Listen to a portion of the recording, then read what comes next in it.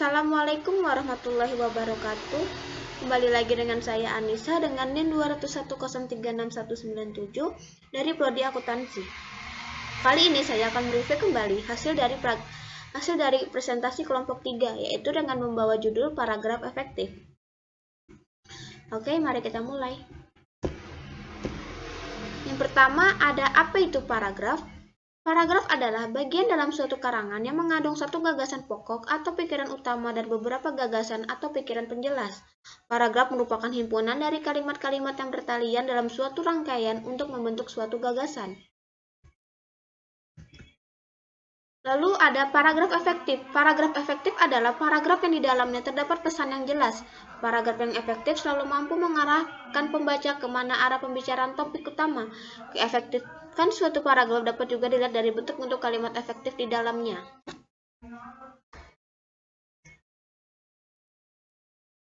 Adapun dari syarat-syarat paragraf efektif, yaitu pertama ada kesatuan atau unity, yang kedua ada hubungan atau koherensi, dan yang ketiga ada pengembangan yang cukup memadai dalam mengembangkan gagasan utama.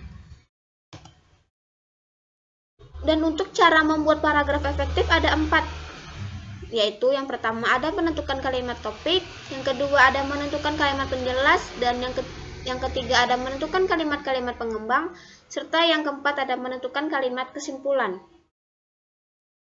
Adapun dari menentukan kalimat topik, yaitu kalimat yang menjadi inti dari suatu bacaan. Kalimat topik biasanya tersirat di dalam judul bacaan yang kemudian dijabarkan dalam kalimat utama di awal paragraf.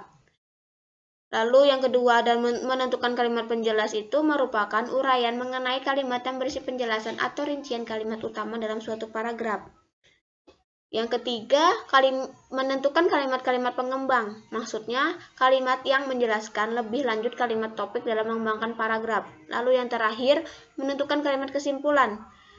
Maksudnya, kesimpulan yang diambil dari sebuah paragraf atau merupakan inti dari paragraf itu sendiri.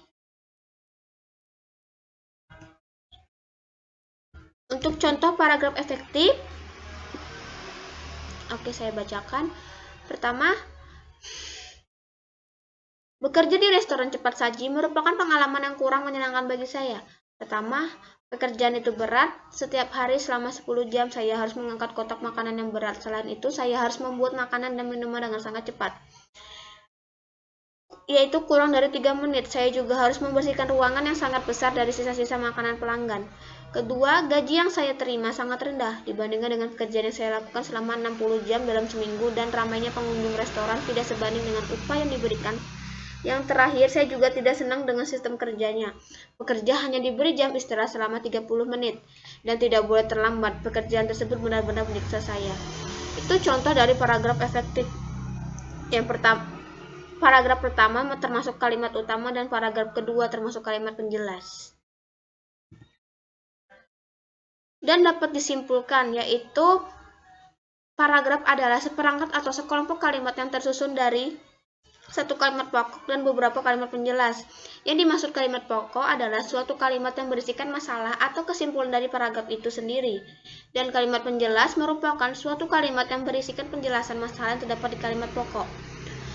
Paragraf bukan berkaitan dengan segi keindahan karangan itu, tetapi pembagian per paragraf ini memiliki beberapa kegunaan. Yang pertama, sebagai penampung fragmen ide pokok atau gagasan pokok keseluruhan paragraf.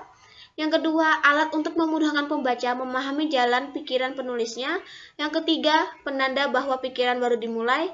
Yang keempat, alat bagi pengarang untuk mengembangkan jalan pikiran secara sistematis. Lalu yang terakhir, dalam rangka keseluruhan karangan, paragraf dapat berguna bagi pengantar, transisi, dan penutup. Itu kesimpulan dari paragraf efektif. Mungkin sampai di sini penjelasan saya. Kurang lebihnya saya mohon maaf jika ada salah-salah kata dan belibet katanya masih berlibet dalam berbicara. Mohon dimaafkan. Wassalamualaikum warahmatullahi wabarakatuh.